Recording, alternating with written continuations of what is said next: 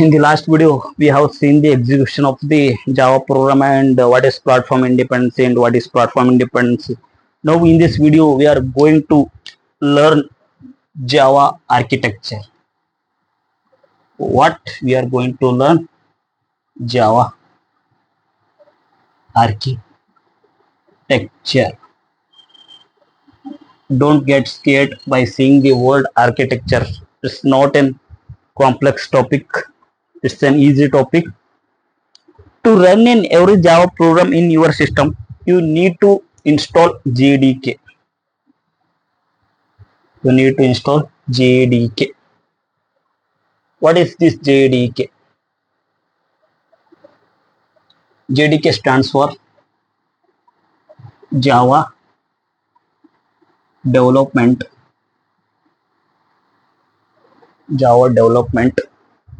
Toolkit.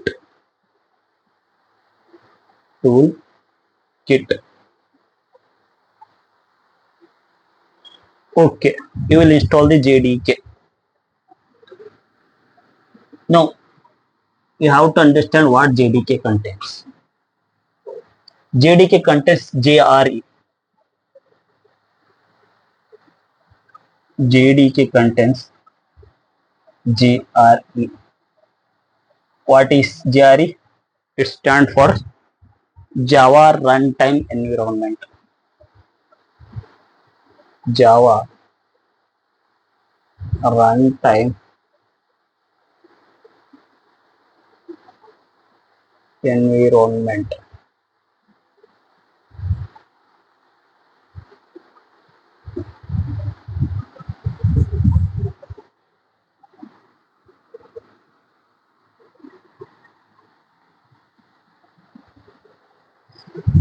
I will explain the Java runtime environment after this video. First, we'll understand the inside the tools of this JRE. JRE contains class loader.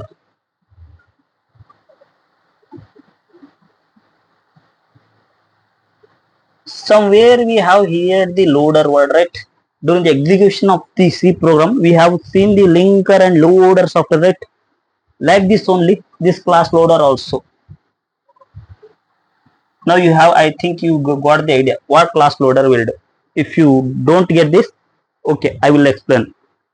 JRE contains class loader and also contains bytecode verifier. We also hear the word bytecode, right? Where we hear the word during the execution of the Java program, compiler convert our high level language into the bytecode, right? Now we are seeing the word bytecode verifier. I hope you got the idea what bytecode verifier will do. Now after it's contain Java libraries. Oh no, we didn't hear this word, right? Okay, I am going to explain this. Okay, JRE. Now JDK contains JRE. JRE contains class loader, bytecode verifier, and Java libraries. And also JRE contains Java JVM. JVM. What's JVM? JVM stands for Java Virtual Machine.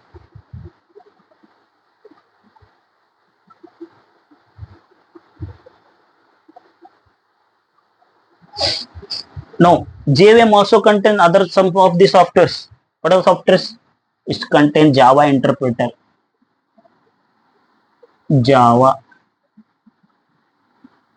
interpreter and contain just-in-time compiler. Just in time. We already learned about the just-in-time compiler, right? In the execution of the Java program, just-in-time compiler converts our bytecode into the machine level language. Here, this just-in-time compiler will come, and also runtime system. Runtime. Now let's see each and everything one and one. First, you write the Java program in high level language, right? In the .java, you write your Java program into the high level language. You have written like this: sum of the addition program, int a equal to 2, int b equal to 3, int result equal to a plus b. Don't worry about this word. It's like just printf word. For the printing, we use system.out.println.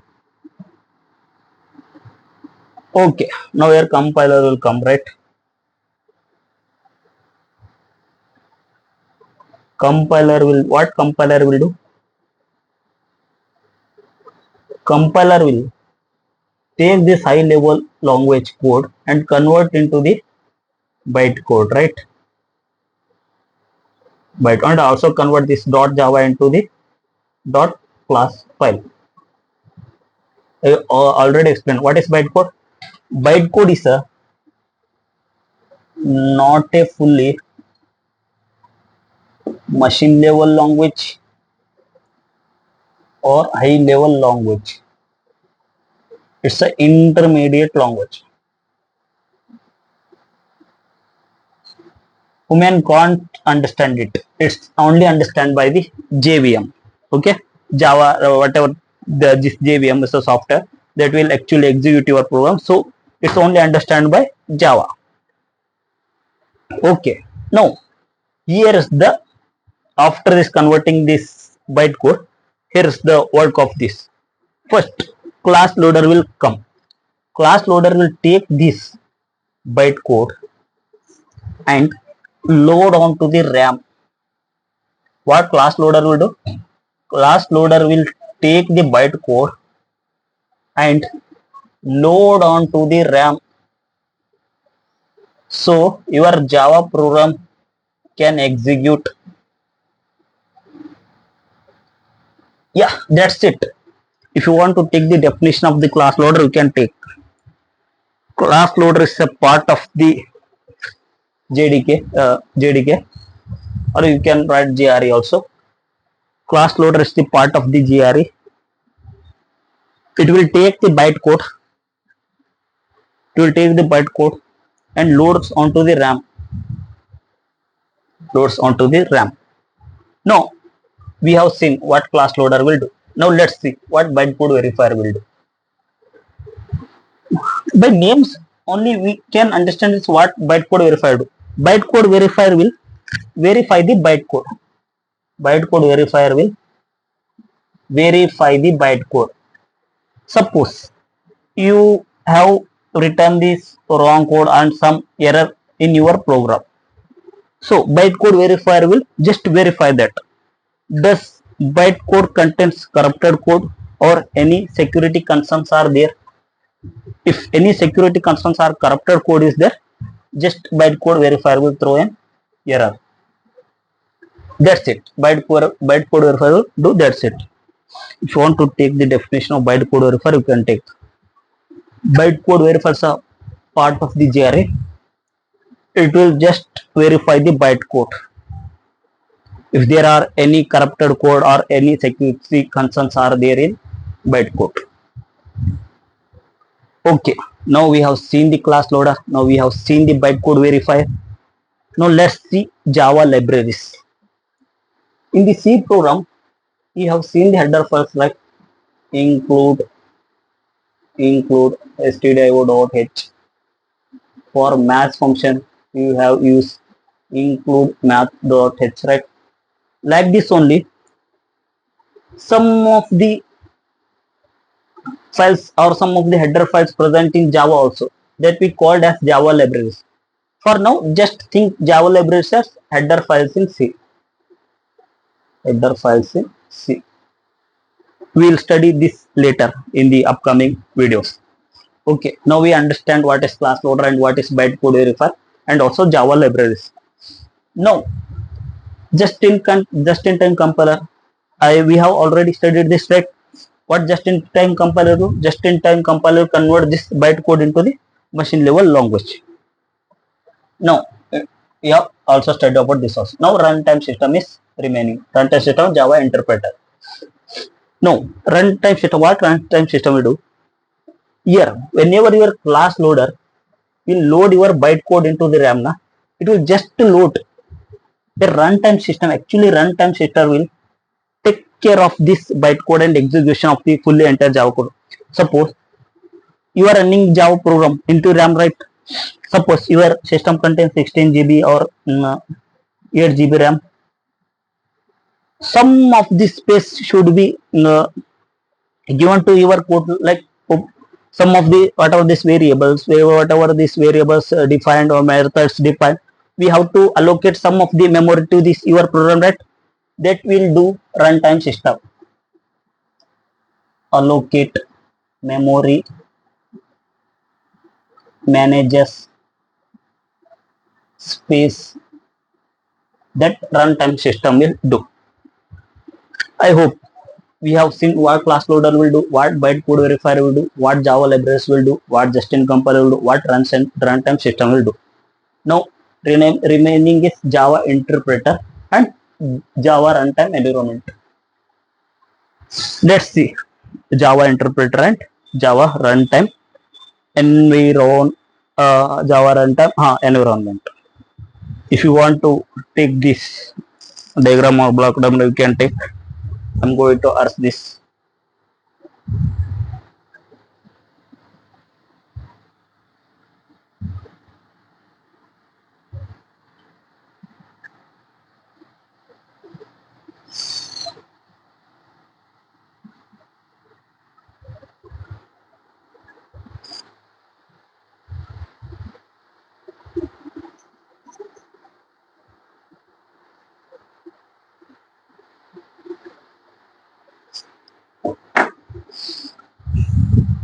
Now first let's see JRE.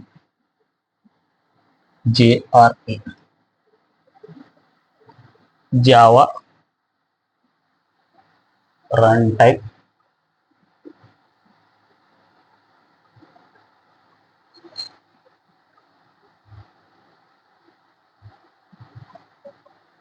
let's first take the definition of the Java runtime. Java runtime environment is the space allocated by operating system to run a Java program. JRE is the region in the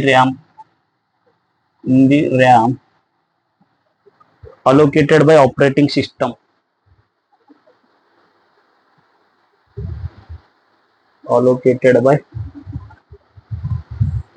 OS operating system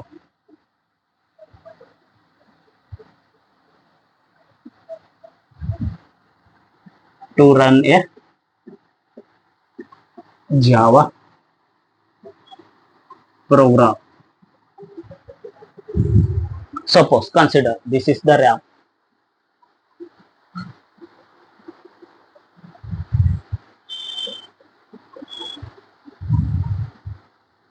In your system, you write addition program add.java. Now you want to run this Java program, right? First, in the RAM, some of this space should be allocated, right, to run your Java program. So, whatever you install the JDK contains JRE. In the JRE, all this Java program will run. We have already seen what are the tools helps to run your Java program and execute. So, operating system will allocate some space for your JRE in your Java programs runs. Now you write subsection program.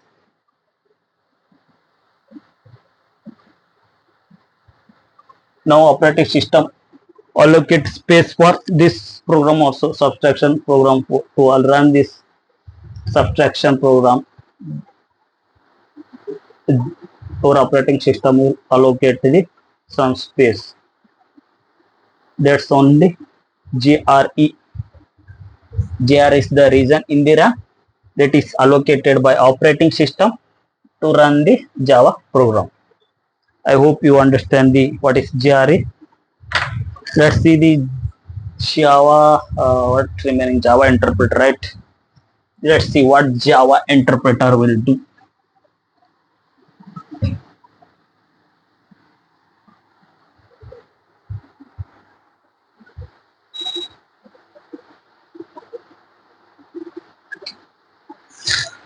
To understand the Java interpreter, we have to see once more the execution of the Java program. We'll write Java program in high level language, right? First, we will write Java program in high level language. Suppose you will write one addition program, add.java. Now compiler will come. Compiler will convert this high level language into the bytecode. I already explained what is bytecode. You can comment it what is bytecode. This is the important entry questions for the freshers. Definitely in the interview we are going to ask this bytecode. What is bytecode? Bytecoding is not a fully high level language or a machine level language. It's intermediate language understand by JVM, not by human. Now compiler will convert this high level language to machine code, bytecode. Now here Java interpreter will come. Java interpreter. What Java interpreter will? Java interpreter will read this bytecode line by line. Read this bytecode line by line. Suppose you return this program int equal to 2, int b equal to 3, int result equal to a plus b. Now it will read line by line and process it. Okay, a equal to, you have declared a one variable a equal to 2. Okay, it will read and process it, and it will also read this and process it, and that also read this int result equal to a plus b, result equal to 5. It will process it. After it will read line by line and process it, and after this here just in time compiler will come. Whatever this process bytecode is there, it will convert this into the machine level language and give into the your microprocessor, and microprocessor will process and it will produce the output. That's the work of Java interpreter. It will just read the bytecode line by line and process, and after the processing just a time compiler will convert this, but the process bytecode converts into the machine level language. I hope I have explained fully the Java architecture, each part of the JDK, and what JDK will do, what JRE will do, what JVM contains, how your Java program executes fully. If you have any doubts, you can comment it. I'm explaining this first time, so if any mistakes are there in lectures, I will in the future I will try to improve those.